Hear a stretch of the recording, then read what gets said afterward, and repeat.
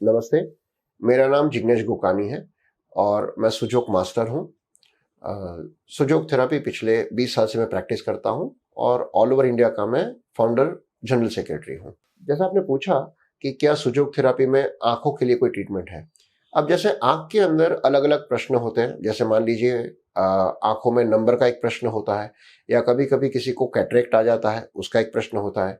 कभी-कभी diabetic retinopathy होती है, अर्थात आँखों के अंदर जो आर्टरीज और वेन्स हैं, उसमें थोड़ा सूजन आ जाता है, उसकी वजह से भी आँखों में प्रश्न आते हैं। या कभी रेटिनल डिटैचमेंट हो जाता है या आपके रेटिना के ऊपर पिगमेंटेशन होता है।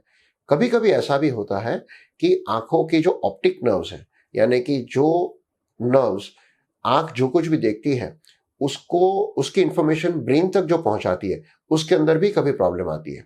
तो इन सभी चीज़ों में अलग-अलग बीमारी या अलग-अलग तरह से प्रॉब्लम आते हैं। जैसे एक और बहुत कॉमन बीमारी जिसको ग्लाइक ग्लूकोमा बोलते हैं, अर्थात अचानक आँखों के अंदर प्रेशर बढ़ जाता है, जो आँखों का जो शेप है, वो एकदम डी शेप हो जाता है। तो इन सभी बीमारियों के लिए सुजोक के अंदर ट्रीटमेंट है। ऑफ कोर्स इसका टाइम फ्रेम अलग-अलग होता है। जैसे कि अगर मान लीजिए नॉर्मल आँखों का इन्फेक्शन है, अगर आँखों में इन्फेक्शन आ रहा है, तो इन्फेक्शन की वजह से अचानक उसको इमीडिएटली आप कम कर सकते हो। 2-3 ट्रीटमेंट, 4 ट्रीटमेंट में ठीक हो जाता है। लेकिन अगर कैटरेक्ट है, तो कैटरेक्ट के 3 स्टेज होते हैं। एक अर्ली स्टेज होता है, एक मीडियम स्टेज होता है जहाँ पे कैटरेक्ट थोड़ा-सा लिक्विफाई हो जाता है और थर्ड स्टेज जहाँ पे कैटरेक्ट सॉलिडिफाई हो जाता है। तो कैटरेक्ट जब सॉलिडिफाई हो जाता है तब उसको कम करने में थोड़ी दिक्कत होती है। But early stage of cataract यानी कि एकदम थ्रेड्स टाइप जब आंखों में शुरू होती हैं या थोड़ा सा लिक्विफिकेशन जब शुरू होता है, तो इस केस में हम आंखों का ट्रीटमेंट बहुत आसानी से कर सकते हैं। अगर मैं एक एग्जांपल दूं, तो मेरे पास एक पेशेंट आया था जिसका मेन प्रॉब्लम ये था कि उसकी आंखें स्क्विंट थी, अर्थात वो जब देखते थे प्रॉपरली नहीं देख पाते, तो ऐसा लगता है जैसे वो हमारी तरफ देख रहे हैं पर उसकी आंखें कहीं और होती थी।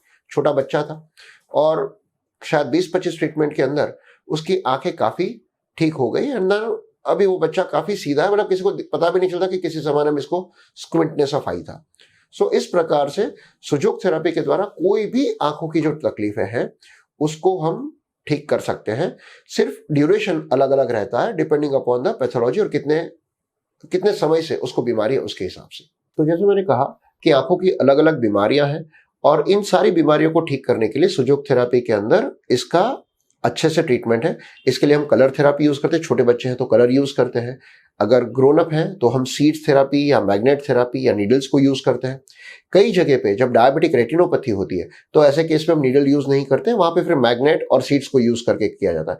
तो हमारी मोडालिटीज जो है, जैसे मैंने पहले भी कहा है कि हमारे पास 11 अलग अलग मोडालिटीज है, जिसमें colour therapy, seed therapy, magnet therapy, needle therapy जो मेन हम यूज करते हैं।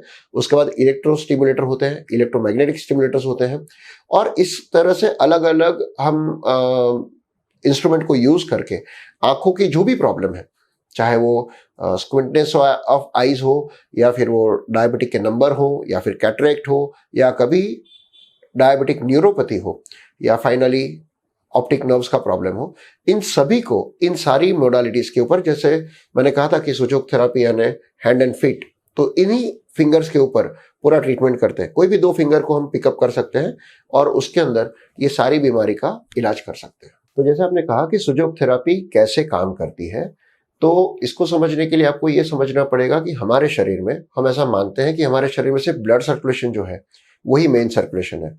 दूसरा सर्कुलेशन एयर सर्कुलेशन होता है, जिसको हम ये मानते हैं कि हमारे शरीर में जो हवा आती है और हवा जाती है उससे हमें ऑक्सीजन मिलता है और कार्बन डाइऑक्साइड बाहर जाता है। लेकिन अगर आप इसी कॉन्सेप्ट को आयुर्वेद और योग के हिसाब से देखें तो वो ये कहते हैं कि हम जो लेते हैं वो प्राण शक्ति है और जो हम छोड़ते हैं वो भी प्राण शक्ति है। अब प्राण शक्ति एक संस्कृत शब्द है, जहां प्राण का मतलब होता है लाइफ और शक्ति का मतलब होता है ऊर्जा या एनर्जी। सो हम जो इनहेल करते हैं वो भी प्राण शक्ति है और जो हम एक्सहेल करते हैं वो भी प्राण शक्ति है। सो ये जो प्राण शक्ति है ये जब हमारे शरीर में अंदर आती है और जब ये हमारे शरीर से बाहर जाती है तो इस प्राण शक्ति के हमारे शरीर में फ्लो होने का भी अपना खुद का एक रास्ता है। जिस प्रकार हमारे पास ब्लड सर्कुलेशन के लिए आर्टरीज और वेन्स है, नर्वस सिस्टम के लिए नर्वस सिस्टम है या नर्व्स है, ठीक उसी प्रकार ऊर्जा के आवागमन के लिए हमारे शरीर के अंदर आयुर्वेद के हिसाब से 7 चक्रास डिफाइन किए गए हैं और 72,000 नाड़ी आयुर्वेद के हिसाब से डिफाइन की गई है। लेकिन इसी प्रकार से जो चाइनीज एक्यूपंक्चर है, उन लोगों ने 12 मेरिडियन को डिफाइन किया है और 2 मेरिडियन जो उसको कंट्रोल करते हैं। सुजोग थेरापी में भी हम इसी 14 मेरिडियन के ऊपर काम करते हैं। और ये जो मेरिडियन है, ये जो एनर्जी सिस्टम है, ये एनर्जी सिस्टम आपके शरीर के हर छोटे से छोटे सेल तक पहुंचता है। यानी कि अगर मैं सिंपल भाषा में कहूं कि हर बीमारियों का अपना एक डायग्नोसिस उस थेरापी के हिसाब से होता है, उसी प्रकार से हमारे सुजोग थेरापी में भी हर बीमारी का अपना एक डायग्नोसिस होता है और उस डायग्नोसिस को हम ऊर्जा के स्वरूप में अर्थात आप इसको कह सकते हो एनर्जी के स्वरूप में हम लोग करते हैं। ये जो एनर्जी का जो स्वरूप है, इस एनर्जी स्वरूप के अंदर जैसे मैंने पहले कहा था कि पंच महाभूत अग्नि, वायु, जल, अग्नि, पृथ्वी, ये जैसे 5 महाभूत को डिफाइन किया गया है, यही पंच महाभूत सभी जगह पे विद्यमान है। वो मेरे हाथ में भी हैं, वो मेरे पैरों में भी हैं, मेरे फेस के ऊपर भी हैं, मेरी आंखों में भी हैं और मेरे नाक में भी हैं। तो जब कभी किसी को भी आंखों की प्रॉब्लम होती है, जो कुछ भी प्रॉब्लम हो, उस प्रॉब्लम में उस पंच महाभूत के अंदर क्या फर्क पड़ा है, किस तत्व की वजह से वो प्रॉब्लम डेवलप हुआ है, उसे हम डायग्नोस करते हैं और उस डायग्नोसिस के बाद उसका सॉल्यूशन देने के लिए हम अलग अलग मोडालिटी यूज करते हैं। जैसे मान लीजिए मैंने मैग्नेट यूज किया, तो मैग्नेट में क्या होता है कि हर मैग्नेट के पास अपनी इलेक्ट्रोमैग्नेटिक एनर्जी होती है। तो उस इलेक्ट्रोमैग्नेटिक एनर्जी की वजह से उस पर्टिकुलर बायो इलेक्ट्रिक एनर्जी जो बॉडी में मेरिडियन होते हैं, उसकी एनर्जी या तो मैं बढ़ा सकता हूं या तो मैं घटा सकता हूं। ठीक उसी प्रकार कभी मैं मैग्नेट यूज ना करके सीड को यूज करता हूं, तो उसमें हम लोग फुल ग्रेन को यूज करते हैं, आधा ग्रेन यूज नहीं किया जाता। क्योंकि जो फुल ग्रेन होता है, अगर आप उसको जमीन में लगाते हो तो उसके अंदर एक पौधा या एक पेड़ बनने की क्षमता होती है। तो उसी शक्ति को, उसी एनर्जी को हम उस पेशेंट की जो भी प्रॉब्लम है, उस प्रॉब्लम को सॉल्व करने के लिए उस ऊर्जा को यूज करते हैं। उसी प्रकार नीडल्स होती हैं, एक्यूपंक्चर जिसको हम बोलते हैं, अगर उसी पॉइंट के ऊपर नीडल लगाया जाता है तो इमीडिएटली शरीर बाहर के वातावरण के साथ एनर्जी एक्सचेंज करना शुरू कर देता है और इस प्रकार 20 मिनट के अंदर उस एनर्जी एक्सचेंज की वजह से जो कुछ भी शरीर में प्रॉब्लम है उसके अंदर एक बैलेंसिंग करने का काम मिलता है।